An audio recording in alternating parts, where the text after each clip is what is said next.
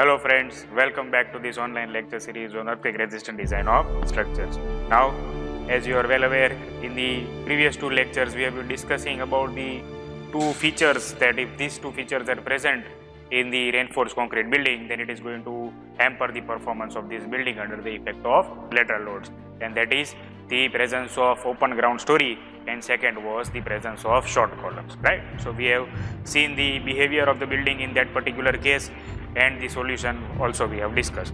In today's lecture, we are going to discuss regarding one earthquake resistant feature, that if this particular feature is introduced in the building, then as a result of this presence of this feature, the performance of the reinforced concrete building can be enhanced to a great extent. That is, I am talking about shear wall, right? So let us start today's discussion, where we will be talking about the purpose of shear wall, the behavior of the shear wall, the configuration of the shear wall, and the criteria for ductile detailing of shear wall. So let us start today's session with the understanding of what is basically a shear wall. So as you can see in the figure behind me, shear walls are basically the RCC plate like elements that are present in the building along with the other structural elements, that is the beam, column and the slabs, right? Now these walls, as you can see in the figure, they start from the foundation level and go up to the top of the building, that is to the last floor of the terrace level, right? Now the thickness of this wall can be as minimum as 125 mm to 150 mm also, and maximum thickness can go up to 400 to 450 mm also. But the purpose of these walls is to carry the lateral load forces from the top of the building and then transfer these forces to the foundation. So it is an important task that this RCC element is going to perform, and that is why we can say that shear walls are nothing but basically wide vertical oriented beams through which the transfer of lateral forces takes from the slab level to the foundation level. So as you can see in the figure, that one shear wall is shown over here. There you can see the width of the particular element is very large as compared to that of the width of the column. So that is why it can be said that it is a wider cross section. Same thing, at the same time it is vertically oriented. So that is why it is known as vertically oriented large beams, right? So usually the beams are horizontally oriented, but it is going to perform the function similar to that of a beam, but these beams are going to be vertically oriented, right? And lastly, it is necessary that in order to ensure that good performance of the building is achieved through these elements, the shear walls should be distributed evenly in plan, and they should be provided along both the principal axes, right? So now if you look at the figure behind me, two things are given. First is the plan of the building, and second is the three-dimensional figure or three-dimensional view of a particular G+2 building, right? So as you can see, first I was talking about the location of the shear wall in the plan. So the shear walls are provided at the corners, that is the four shear walls are provided, and secondly is the three-dimensional view of this particular building, where the shear walls can be seen going along the height of the building, which we have discussed as the vertically oriented horizontal beams, vertically oriented beams which are going to help in the transfer of forces.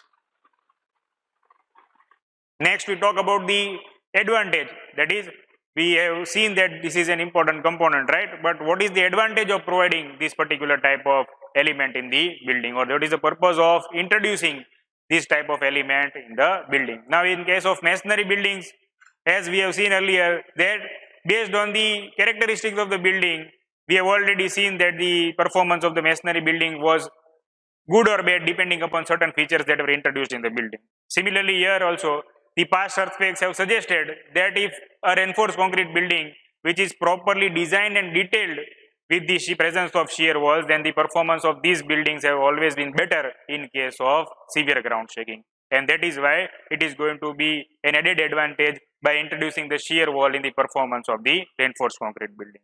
Secondly, these shear walls are easy to construct. Why? Because the detailing of this reinforcement is very simple, that is horizontal and vertical reinforcement have to be provided at certain distances, and it is going to be a very straightforward process which can be easily implemented on site. So as a result of that, the construction complexity is also greatly reduced, and that is why we can say that it is easy to implement on this site. And lastly, if you talk about it from the performance point of view or the stability point of view, then as we have discussed, it is going to enhance the performance. How it is going to enhance the performance? That is, it is going to be effective in nature, both in terms of reducing the construction cost and at the same time it is going to be effective in controlling the damage that is likely to take place under the effect of severe shaking. That is, large displacement will be avoided. When large displacement will be avoided, then as a result of that, the tension and compression forces that are going to be transferred to the adjacent elements are going to be less, right? So as a result of that, what is going to happen, that the structural elements and the non-structural elements are going to be less stress, and when they are going to be less stress, then as a result of that, the chances of failure or damage in the structure is going to be greatly reduced. And when this is reduced, then we can say that the performance and the serviceability criteria of the building is going to be satisfied to a very great extent, right? So we have two figures here. In the first figure, you can see that the elevation of a building with shear wall is shown, and in the second figure, the moment resisting frame is shown. Now, as I have discussed, what is the advantage, that in case of shear wall buildings where the shear wall is provided, you can see that the large lateral deformation is going to be controlled to a very great extent due to the increased stiffness of the wall. And due to this increased stiffness, the displacement is going to greatly be reduced. And if you compare the same with the moment resisting frame where only columns are present and beams are present, then in that case large deformation of the structure is going to be there, which is going to be on pretty much higher side as compared to that of the shear wall. So that is why the shear wall is going to be effective in nature, and at the same time it is going to add stability to the structure as well. Right. Next, we talk about the architectural features of shear wall, because basically it is a wall which is going to be vertically oriented, right? So when it is going to be vertically oriented, the questions regarding whether we can achieve a particular type of elevation or not, that always remains in the mind. For example, if it is a masonry building, then we are pretty much okay that we can provide sufficient amount of door openings, we can provide the window openings, nothing is to be cross-checked over there. But when you talk about shear walls, where the reinforced concrete element is going to be there, then this question arises that what is the type of opening that we provide, what is the location of the opening that we can have. So the thing that is there is that the door and window openings both can be provided in case of shear walls also. But the size of these openings has to be limited.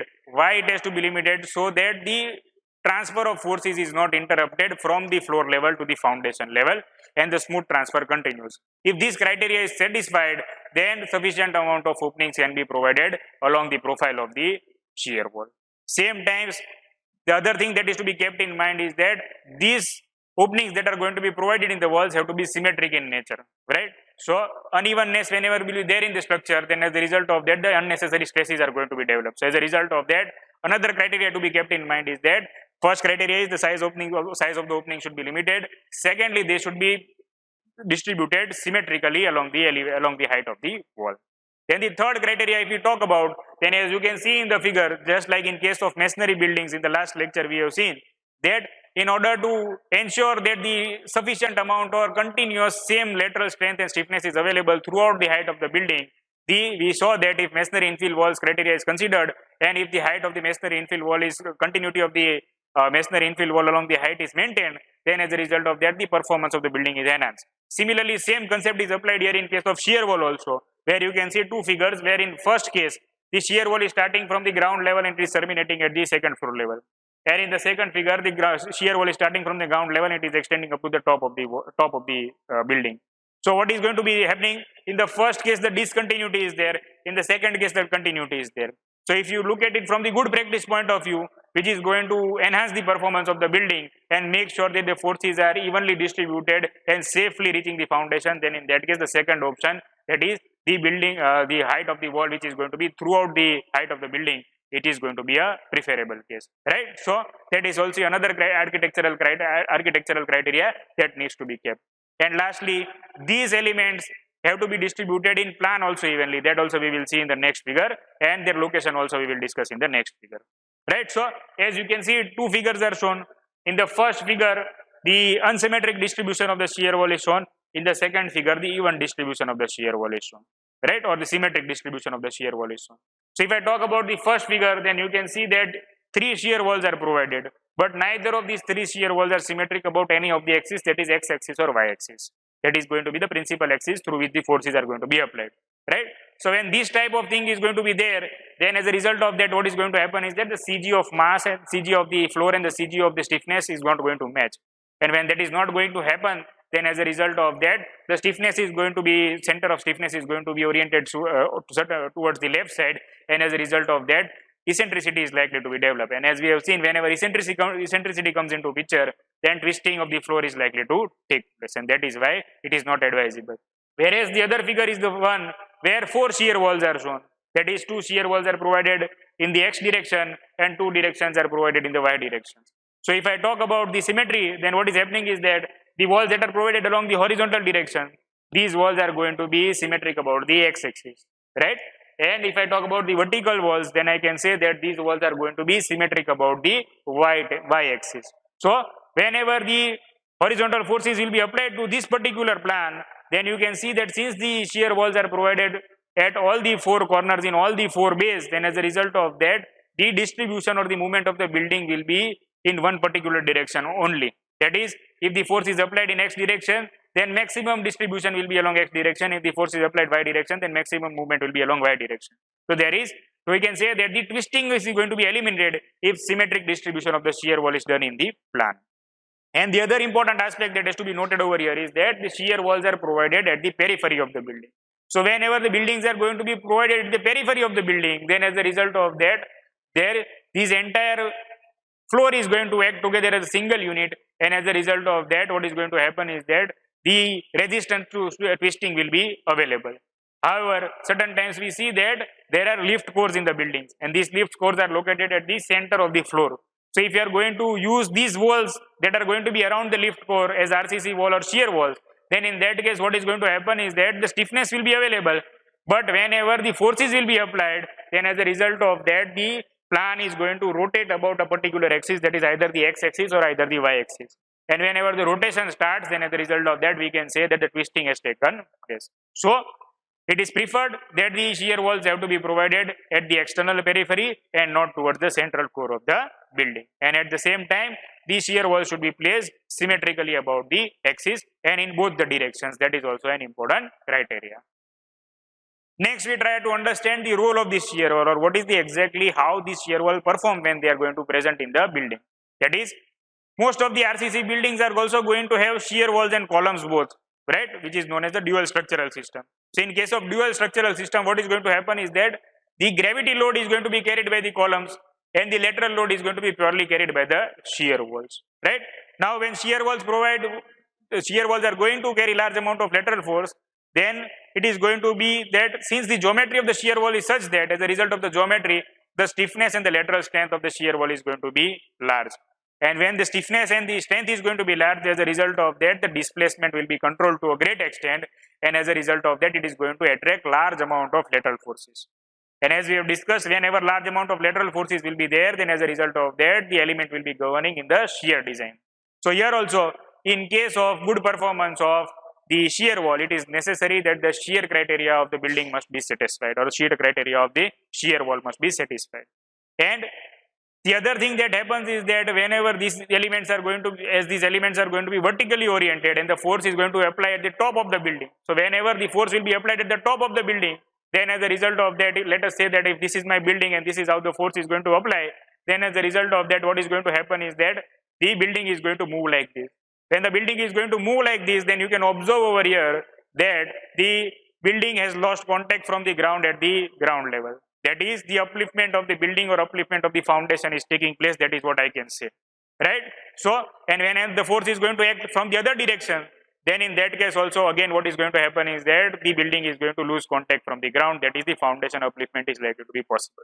So as a result of that, we can say that since the stiffness and the strength is large, it is going to attract large amount of lateral forces. And when it is going to attract large amount of lateral forces, then two types of things are going to happen. First is the shear capacity should be sufficient enough, and second, resistance to uplift forces has to be sufficient enough. So as a result of that, the foundation has to be checked for sliding and overturning without fail when you are designing the foundation for a particular shear wall. And same thing as we have seen in the earlier cases also, that the distribution of horizontal forces, when it is done, then the base shear, maximum base shear will be accumulated towards the ground story, and minimum base shear value will be accumulated towards the top, right? So the ground story is going to have higher percentage of reinforcement in case of shear walls as well. Then we talk about the ductile detailing. So as we have seen earlier, that just like all other elements, if proper detailing of the element is done, then the ductile nature of the element can be achieved, right? So Just like in case of beams and columns, we have seen that we always prefer the ductile behavior rather than the shear failure or the flexural failure. Right? So similarly, in case of shear walls also, we would like the ductile behavior to happen. And for that to happen, there are certain criteria. First is the overall geometry of the wall. Second criteria is the thickness of the wall. Third, the type of reinforcement and the arrangement of reinforcement. And lastly, the connection with the neighboring elements. These four criteria are going to decide whether the ductility of the building can be enhanced or not. If these four things are done properly, then as a result of that, we can say that the ductility of the wall is going to be enhanced to a great extent. And lastly, the Indian Standard Code IS 13920-2016 is giving the guideline for ductile detailing of shear walls as well. As you can see in the figure over, two types of reinforcement are going to be there in majority. First is the horizontal reinforcement, second is the vertical reinforcement. In both the cases, the spacing is mentioned that the maximum spacing should not be more than length of the wall divided by 5 or thickness of the wall or 450 mm. That is, if my length of the wall is 5 meter, there 5000 divided by 5 is equal to 1000, or the thickness of the wall, which is, let us say my thickness is 200 mm, so 200 mm, and lastly is the 450. So that is why we can say that the maximum spacing that is to be there, that can be says, usually the practice is that maximum spacing not more than 200 mm should be provided in case of shear walls. And lastly, we have talked about the upliftment or losing the contact with the ground. So as a result of that, proper anchorage of these vertical bars into the foundation is also going to play a very critical role as well. So that also the guideline is given by IS 13920. Lastly, we look at the different geometries of shear wall. Now these shear walls are usually oblong in shape, that is, the width is less as compared to the other dimension. It is very less, right? So most of the times the type of geometry is a rectangular geometry. But rectangular geometry is a common geometry, but apart from that, you can also have L shape, you can have U shape, you can have C shape of shear walls. For example, as I have given the example of lift walls. So in case of lift wall, the entire core of the lift can be used as a shear wall. And if that is happening, then it can be used as an inverted U or C shape or an E shape as well, right? However, the location and the even distribution is going to be a very critical element in enhancing the performance of the building as compared to the location of the shear wall. And lastly, we talk about the reinforcement criteria. So IS 13920 is telling that the minimum reinforcement is to be provided in shear walls is 0.25% of the gross cross-sectional area, both in the horizontal and the vertical direction, right? And this vertical reinforcement should be evenly distributed across both the faces of the shear wall. As you can see in the figure, the phenomena that I have explained is that whenever the horizontal force is going to be applied, the face on which the force is applied is going to be under tension, and the opposite face is going to be under compression. Similarly, if the force is applied from here, then the face on which the force is applied is going to be on tension, the other face is going to be on the compression side. So that thing is going to happen. As a result of that, the sliding and the overturning will come into picture.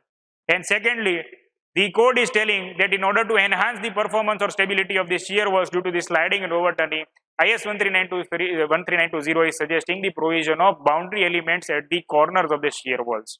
Now, what is these boundary elements? Boundary elements are basically nothing but columns that you provide at the end of the shear wall, right?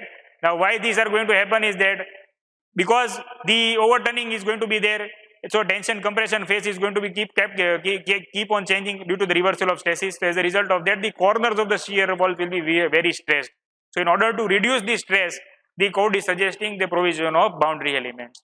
And as we know that the pattern of IS 13920 is that whenever the element is going to be stressed, then IS 13920 is telling that special confinement reinforcement should be provided in that particular element. So as you can see over here, the elevation of a shear wall with boundary element is shown, where the boundary element is provided on the two corners of the shear wall. And as you can see in the figure, in both the boundary elements, special confinement reinforcement is provided throughout the height of the shear wall. And what is the other advantage is that the stability is going to increase, and at the same time the thickness of the shear wall can be reduced. As you can see in the figure over here, in the first figure, the condition is shown where the uniform thickness of the shear wall is provided, and in the second case, the reduced thickness of the shear wall with the increased size of the boundary element is shown. So it is going to help us in providing special confinement reinforcement at the corners. At the same time, the anchorage of shear wall reinforcement in the boundary element is also shown, which is considered to be a good practice from detailing point of view for better performance of the building. So that is all regarding the different criteria and the behavior of shear wall when present in the reinforced concrete building. I hope you have enjoyed today's lecture. Stay tuned for the further lecture series where we will be discussing some other important earthquake resistance